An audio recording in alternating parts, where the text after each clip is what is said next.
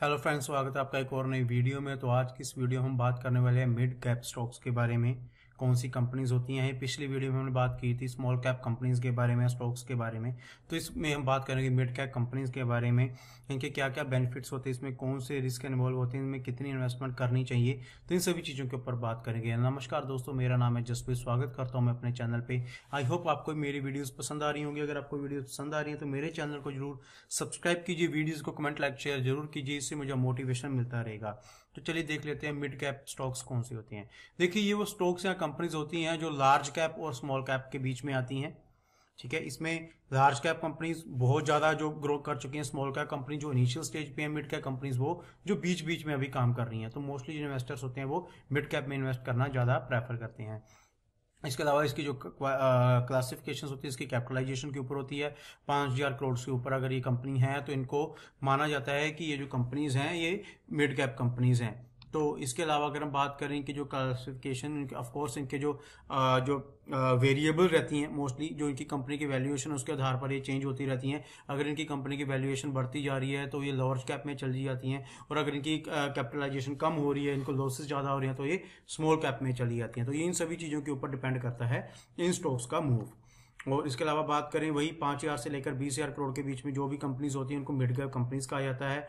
और ये कंपनीज होती हैं 101 से लेकर 250 तक जो निफ्टी का इंडेक्स है उसके ऊपर मिलती हैं। मिड कैप इंडेक्स जो होता है उसके ऊपर, जैसे कि मैंने पिछली वीडियो में आपको बताया था, जो कि स्मॉल कैप कंपनी थी वो 251 रैंक से स्टार्ट होती हैं, जबकि 101 से लेकर 250 तक ये जो मिड कैप कंपनीज होती हैं इनको कहा जाता है। और इनका जो एक इंडेक्स है अलग से, वो निफ्टी मिड कैप 50 के नाम से है, जो कि निफ्टी की टॉप 50 कंपनीज जो कि मिड कैप सिक्योरिटीज होती हैं उनको उनके बेस पे बनाया जाता है। जैसे निफ्टी 50 है उसमें टॉप की 50 आती हैं, वैसे ही इसमें जो टॉप की 50 निचले मिड कैप कंपनीज होती हैं उनको लिया जाता है। अगर आपको इंडेक्स के बारे में नहीं पता, निफ्टी के बारे में, सेंसेक्स के बारे में, तो उसके मैंने ऑलरेडी वीडियो बना रखी है, तो आप उस वीडियो को देख सकते हैं। बात करें इसके फीचर्स के बारे में। देखिए, डाइवर्सिटी। अब मिड कैप जो स्टॉक्स होते हैं, ऑफ कोर्स एक बॉर्डर होता है स्मॉल कैप और लार्ज कैप कंपनीज में, तो इसलिए इनमें जो रिस्क्स हैं और रिवार्ड्स हैं वो एक मिड मिड टाइप ही होते हैं। क्यों? क्योंकि देखिए, ये ज़्यादा नीचे भी नहीं जाएगा, ये ज़्यादा ऊपर भी नहीं जाएगा, क्योंकि अभी नीचे कंपनीज हैं, ऊपर भी इसके कंपनीज हैं, उनका रिस्क अलग है, इनका रिस्क अलग है। तो इसमें मेन क्या चीज़ होती है, इसमें ये जो इसका जो पोटेंशियल होता है ग्रो करने का वो ज़्यादा होता है। क्यों? क्योंकि ये जो कंपनीज होती हैं स्मॉल कैप से ही पहले मिड कैप बनती हैं। तो मिड कैप अगर बन रही है तो ऑफकोर्स इनका जो काम है वो काफ़ी अच्छा चल रहा है, इनके फ्यूचर प्लान्स काफ़ी अच्छे हैं, तो इसलिए इनमें रिस्क है लेकिन साथ साथ में अच्छी रिटर्न्स भी ये देती हैं। इसके अलावा जो कुछ मिड कैप कंपनीज होती हैं ये बिल्कुल अपने डेवलपमेंट स्टेज के पास होती हैं। तो इससे क्या होता है, ये जो कंपनीज है इनकी जो रिटर्न होती है वो कम होती है, लेकिन डेवलपमेंट स्टेज इनकी ज़्यादा होती है। कई बार ऐसी कंपनीज होती हैं जिनके प्लान काफ़ी ज़बरदस्त हैं, उनका फ्यूचर काफ़ी ब्राइट है, लेकिन अभी वो जितनी भी इन्वेस्टमेंट आ रही है वो सारा उनके ऊपर लगा रही हैं। तो इसलिए क्या होता है कि इनकी जो रिटर्न है वो थोड़ी कम होती है, और जो डेवलपमेंट स्टेज है वो उसके ऊपर वो ज़्यादा काम करते हैं। और कुछ कंपनीज का उल्टा होता है। कुछ कंपनीज क्या करती हैं, जैसे ही वो स्मॉल कैप से मिड कैप में आती हैं तो इससे क्या होता है, उनका जो रिटर्न होता है वो बढ़ जाता है। अगर हम बात करें स्टेबिलिटी के अकॉर्डिंगली, तो जैसे ही कंपनी स्मॉल कैप से मिड कैप में आएगी तो उसमें ग्रो करना स्टार्ट कर देती है, और जब कंपनी अच्छी वाली मिड कैप बन जाती है तो उसके बाद उनका मेन फोकस होता है कि वो डेवलपमेंट और ज़्यादा करें जिससे कि वो लार्ज कैप में पहुंच जाएं। चांस ऑफ ग्रोथ, देखिए हाई पोटेंशियल होता है प्रॉफिटेबिलिटी का, क्योंकि प्रोडक्टिविटी, मार्केट शेयर, इन सब चीज़ों का इनमें हाई पोटेंशियल होता है। क्योंकि देखिए, अब जो कंपनी है, अब इसके पास क्या है, देखिए जब ये छोटी थी तो इसने काफ़ी मेहनत की, अब ये दूसरे नंबर पे आ गई, अब इसको पहले नंबर पे आने के लिए और ज़्यादा पोटेंशियल दिखाना पड़ेगा, और ज़्यादा ग्रोथ करनी पड़ेगी। तो इसलिए अगर ये जितनी ज़्यादा प्रोडक्टिविटी करेंगे उतना ज़्यादा प्रॉफिट होगा। तो इसलिए इन चीज़ों का, इन जो कंपनीज हैं इनका जो चांस ऑफ ग्रोथ है वो काफ़ी ज़्यादा होता है। और जो इन्वेस्टर्स है सबसे ज़्यादा जो इन्वेस्ट करना पसंद करते हैं वो इन्हीं कंपनीज में करते हैं। क्यों? क्योंकि ओवरनाइट सक्सेस देती हैं बुलिश मार्केट में। क्योंकि इन स्टॉक्स में सबसे ज़्यादा जो वोलेटिलिटी होती है वो इन्हीं स्टॉक्स में होती है, सबसे ज़्यादा इन्वेस्टमेंट इन्हीं स्टॉक्स में होती है। अगर मार्केट काफ़ी अच्छी चल रही है, बुल रन जिसको हम कहते हैं कि मतलब हर रोज ही मार्केट बढ़ रही है, तो उसमें इन स्टॉक्स में सबसे ज़्यादा बाइंग की जाती है। तो ये सबसे ज़्यादा बेनिफिट ग्रोथ के लिए इनको माना जाता है। इसके अलावा जो रिस्क होता है वो मॉडरेट होता है अगर हम स्मॉल कैप के से कंपेयर करें, ऑफ कोर्स। क्यों? क्योंकि वोलेटिलिटी इनमें as compared to small caps कम होती है, रिस्क है वो कम होते हैं, इनके बारे में जो नॉलेज है वो ज़्यादा हमारे पास होती है, तो इनको एनालाइज करना हमारे लिए आसान हो जाता है। इसके अलावा अगर हम इनको कंपेयर करें लार्ज स्टॉक्स के बारे में, तो ऑफकोर्स इनकी जो स्टेबिलिटी है ड्यूरिंग मार्केट या करेक्शन मोड में और बीरिश मार्केट में वो थोड़ी कम होती है। तो इसके अलावा अगर हम बात करें लिक्विडिटी, तो इसकी लिक्विडिटी काफ़ी अच्छी होती है। जैसे स्मॉल कैप्स कंपनी है और अगर मिड कैप कंपनीज की काम करें, हालांकि ये दोनों रिलेटेड होती हैं, लेकिन फिर भी जो मिड कैप कंपनीज हैं उसमें लोग ज़्यादा इन्वेस्ट करना पसंद करते हैं, इसलिए बेटर होती हैं स्मॉल कैप कंपनी से।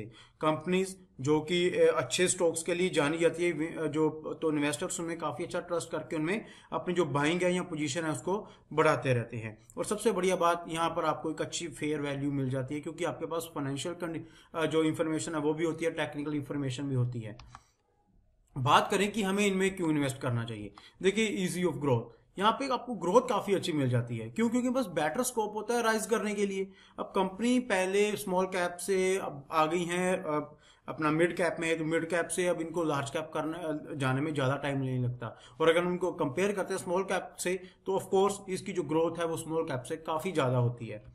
बात कर लें जो एनालाइज है, एनालाइज हमें as compare to small cap companies हमें कम करना पड़ता है इसमें। क्यों? क्योंकि इसके बारे में हमारे पास काफ़ी सारी नॉलेज होती है। इसमें जो लार्जर इंस्टीट्यूट्स होते हैं उनकी भी टेंशन होती है। इसके अलावा जो सीजनल इन्वेस्टर्स हैं उनकी भी इसमें टेंशन होती है। बेशक लिमिटेड है, लेकिन वो इसमें टेंशन देना ज़्यादा पसंद करते हैं। इससे क्या होता है, इससे जो प्राइस है इनका लो रहता है, तो इससे क्या होता है, जैसे इनका प्राइस लो होगा तो आप इसको बाय कर सकते हैं, अपने पोर्टफोलियो में ऐड कर सकते हैं। और जब ये स्टॉक काफ़ी अच्छा पोटेंशियल देने के लिए तैयार हो जाते हैं, जब इनकी काफ़ी अच्छी टेक्निकल या फंडामेंटली स्ट्रॉन्ग हो जाते हैं, तो इनकी जो ग्रोथ होती है वो काफ़ी तेज़ी से होती है। तो आपको फ्यूचर में इनमें जब आप इन्वेस्टमेंट का जो आपने किया था, तो फ्यूचर में आपका जिसका रिवार्ड है वो काफ़ी अच्छा मिलता है। तो इसलिए आपको इनमें कम एनालाइज करके एक अच्छा प्रॉफिट आप इसमें ले सकते हैं। बात करें रिटर्न पोटेंशियल की, रिटर्न पोटेंशियल इसमें काफ़ी अच्छा होता है। हालांकि कंपेयर करें इसको स्मॉल कैप कंपनी से, तो ऑफकोर्स इसका स्मॉल कैप कंपनी से जो रिटर्न होता है वो ज़्यादा होता है। और इसमें सबसे अच्छा होता है यहाँ पे डिविडेंड्स मिलते हैं। डिविडेंड्स क्या होते हैं इसके बारे में मैंने ऑलरेडी एक वीडियो बना रखी है, जिसमें आपको डिविडेंड्स मिलती है। आपको जो कंपनी या उसका जो स्टॉक है उसकी ग्रो कर रहा है उसका पैसा तो मिल ही रहा है, साथ में आपको डिविडेंड का पैसा भी मिल रहा है, जो कि एक अच्छा पोटेंशियल माना जाता है।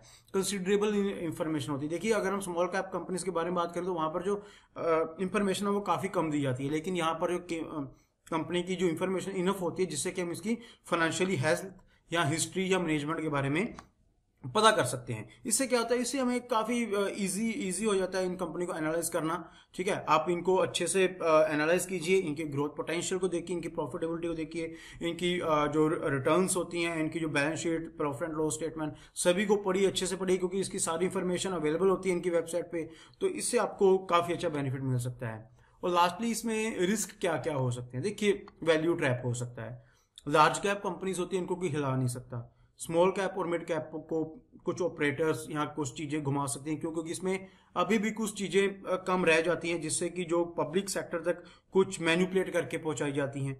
तो इसलिए इन कंपनी में जो कई बार कैश फ्लो कम होता है, कई बार कुछ लो प्रॉफिट दे सकती हैं, तो इसलिए ट्रैप वैल्यू भी इसमें काफ़ी बड़ा रोल जो है वो प्ले करती है।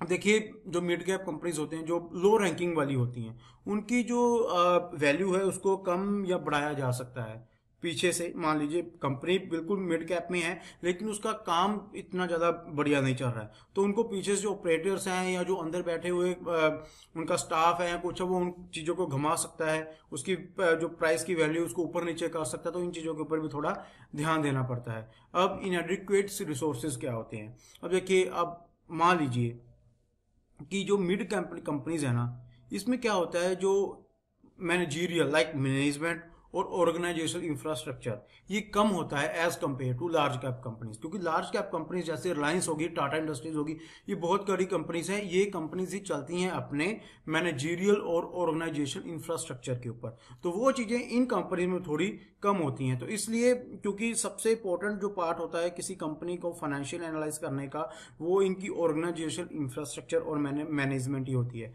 तो इन चीज़ों के ऊपर भी ध्यान रखना जरूरी होता है। और इसके अलावा जो प्रॉफिट्स हैं और जो इनकी अट्रैक्शन वैल्यू होती है, इन चीज़ों के ऊपर भी हमें ध्यान रखना बहुत ज़रूरी होता है। क्योंकि देखिए जो कंपनी की अभी वैल्यू चल रही है, क्या वो सही है, क्या वो मैनिपुलेट तो नहीं हो रही है, तो इन चीज़ों के ऊपर ध्यान रखना बहुत ज़रूरी है। अगर आपने इनके फंडामेंटली अच्छे से पढ़े हैं, आप पिछले 5-6 सालों की आपने इनकी बैलेंस शीट निकाली, उसको कंपेयर किया है, फिर इनके जो फ्यूचर प्लान उसको अकॉर्डिंगली आपने अच्छे से इवेल्युएट किया है, तो यहाँ से आपको पता लग जाता है जो इनके हाई प्रॉफिट्स हैं, यहाँ जो अभी इन्होंने अट्रैक्ट करने के लिए जो इनकी वैल्यू है, क्या वो उसको एप्रिसिएशन मिल रहा है या नहीं मिल रहा है।